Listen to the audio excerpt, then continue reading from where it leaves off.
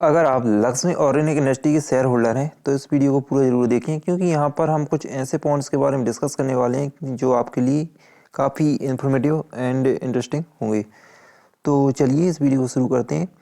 तो सबसे पहले जो लक्ष्मी ऑर्गेनिक का शेयर प्राइस है वो अभी फिर से डाउन हो चुका है। अगर हम लास्ट 5 डेज का देखें तो यहाँ पर अच्छा खासा मूवमेंट दिखाया था और इसके बाद यहाँ पर फिर से डाउन मूवमेंट आ गया है। अगर आप मेरे लास्ट वीडियो को देखेंगे तो यह तो मैंने पहले ही बता दिया था कि यहाँ पर जो इसका सपोर्ट लेवल है वो 300 का है और यहाँ पर जो टेम्परेरी इसका मूवमेंट है वो आ गया है और इसके बाद यहाँ पर फिर से डाउन मूवमेंट आएगा और इसका कारण जो है वो है इसका बैड रिजल्ट और कोई भी पॉजिटिव न्यूज़ ना आना। इस कंपनी में अभी तक कोई भी पॉजिटिव न्यूज़ नहीं मिल रही है और साथ ही साथ इसका जो रिजल्ट है वो भी बैड आया था लास्ट क्वार्टर रिजल्ट। और अगर हम लास्ट 2 क्वार्टर रिजल्ट को देखें जो कि नवंबर 8 को आया था और उससे पहले जो रिजल्ट आया था जून में, तो दोनों में जो इसकी सेल्स है वो काफ़ी कम हो चुकी है।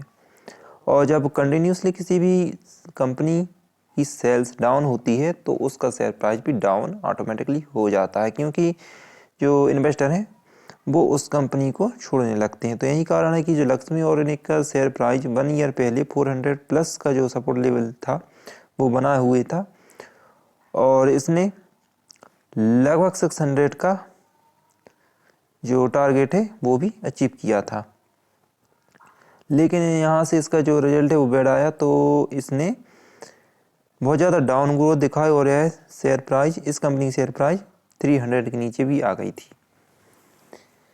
तो अगर यहाँ पर जो सेल्स है अगर रेगुलरली कम होती है इस कंपनी की तो इस कंपनी का जो शेयर प्राइस है वो 200 के नीचे भी आ सकता है। नेक्स्ट क्वार्टर रिजल्ट में देखना बहुत ज़्यादा इंटरेस्टिंग होगा कि इसका जो सेल्स है वो कमता है या फिर अगर कंसोलिडेशन में भी रहता है तब भी इस कंपनी का जो शेयर प्राइस है वो काफ़ी नीचे आ सकता है क्योंकि अगर कोई भी कंपनी कंसोलिडेशन में है तो उसका फंडामेंटली स्ट्रॉन्ग होना बहुत ज़रूरी है। मतलब कि कोई अच्छे जो इसके न्यूज़ वगैरह हैं वो आना चाहिए या फिर जो इसके प्रोजेक्ट हैं वो अच्छे होना चाहिए और यहाँ पर जो लक्ष्मी ऑर्गेनिक के फेवर में हमें कोई ऐसी न्यूज़ आती हुई नहीं दिखती है।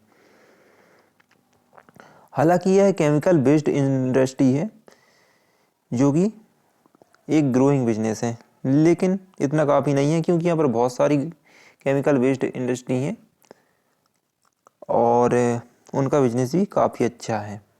फॉर एग्जांपल दीपक नाइट्रेट एक अच्छी कंपनी है अगर आप किसी केमिकल बेस्ड इंडस्ट्री में इन्वेस्टमेंट करना चाहते हैं तो। अगर हम इस कंपनी का देखें, जैसे कि अगर किसी ने यहाँ पर 400 प्लस पर इन्वेस्टमेंट कर रखा है तो अब उनको क्या करना चाहिए। तो अगर आप सोच रहे हैं कि आपका जो 400 प्लस पर इन्वेस्टमेंट है वो रिकवर होगा तो यहाँ पर आप गलत हैं क्योंकि इस कंपनी का अगर हम एनालिसिस करें तो यहाँ पर 400 का जो टारगेट है वो यह कंपनी अब अचीव नहीं कर सकती है जब तक इसका क्वार्टर रिजल्ट अच्छा नहीं आ जाता। और अच्छा मतलब कि बहुत ही अच्छा आना चाहिए, जैसे कि अभी 350 के आसपास इसका जो सेल्स है वो बढ़कर सीधा 900 करोड़ के पार होना चाहिए, तभी इस कंपनी में अच्छा खासा हमें रैली देखने को मिल सकती है। लेकिन अगर यहाँ पर कंसोलिडेशन देखने को मिलता है इसकी सेल्स में, अगर हम कंसोलिडेशन रहेगा इस कंपनी में तो यहाँ पर जो इस कंपनी की शेयर प्राइस है या फिर इस इंडस्ट्री की जो शेयर प्राइस है वो काफ़ी नीचे आ सकती है। अब यहाँ पर हम एग्जैक्ट आंकड़ों के बारे में बात करेंगे।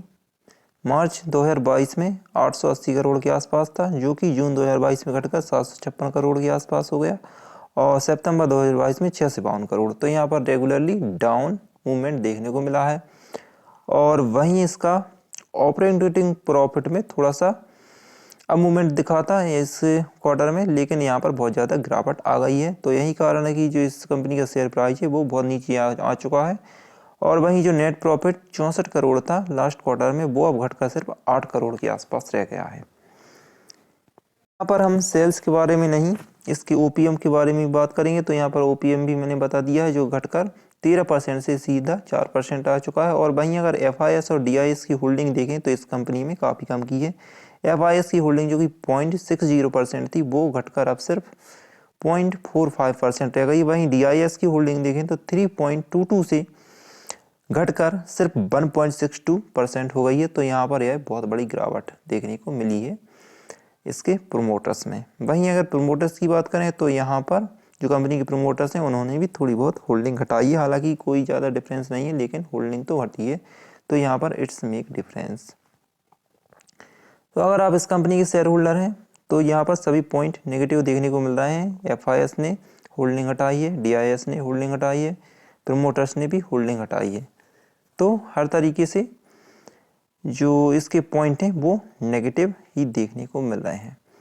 सेल्स भी नेगेटिव, OPM भी नेगेटिव, नेट प्रॉफिट भी नेगेटिव, FIS, DIS, प्रोमोटर्स ने भी होल्डिंग घटाई है।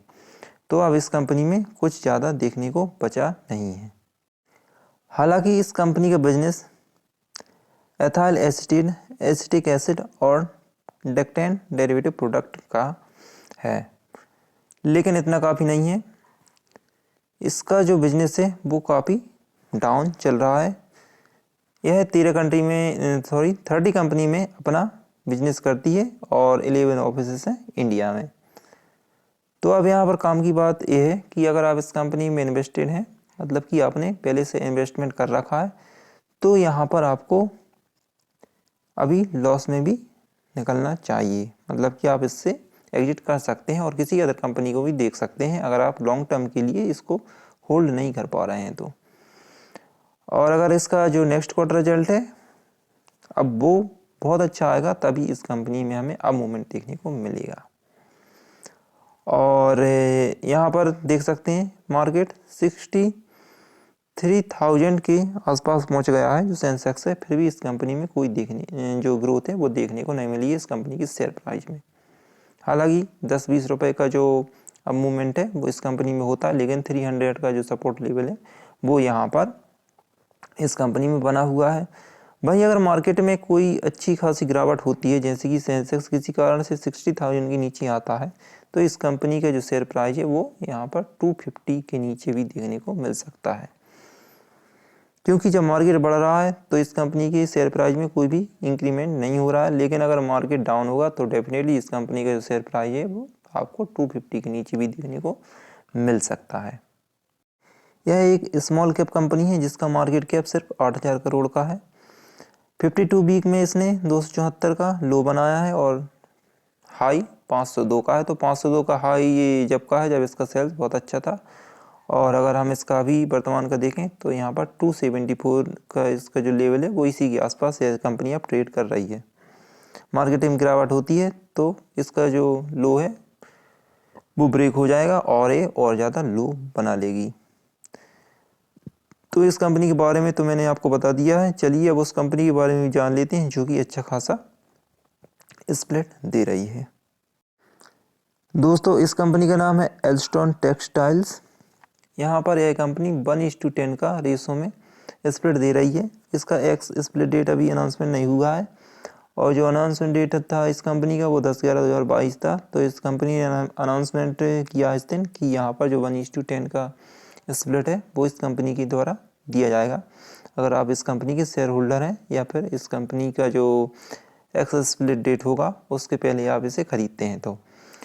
लेकिन यह कंपनी फंडामेंटली कैसी है इसका आपको ज़रूर एनालिसिस कर लेना है, उसी के बाद किसी भी कंपनी में इन्वेस्टमेंट करना है, फिर चाहे वो एल्स्टन हो या फिर कोई भी अदर कंपनी हो। आप किसी में भी इन्वेस्टमेंट से पहले अपना जो एनालिसिस है वो ज़रूर करें और उसमें इन्वेस्टमेंट करना है या फिर नहीं उसके बारे में सोचें।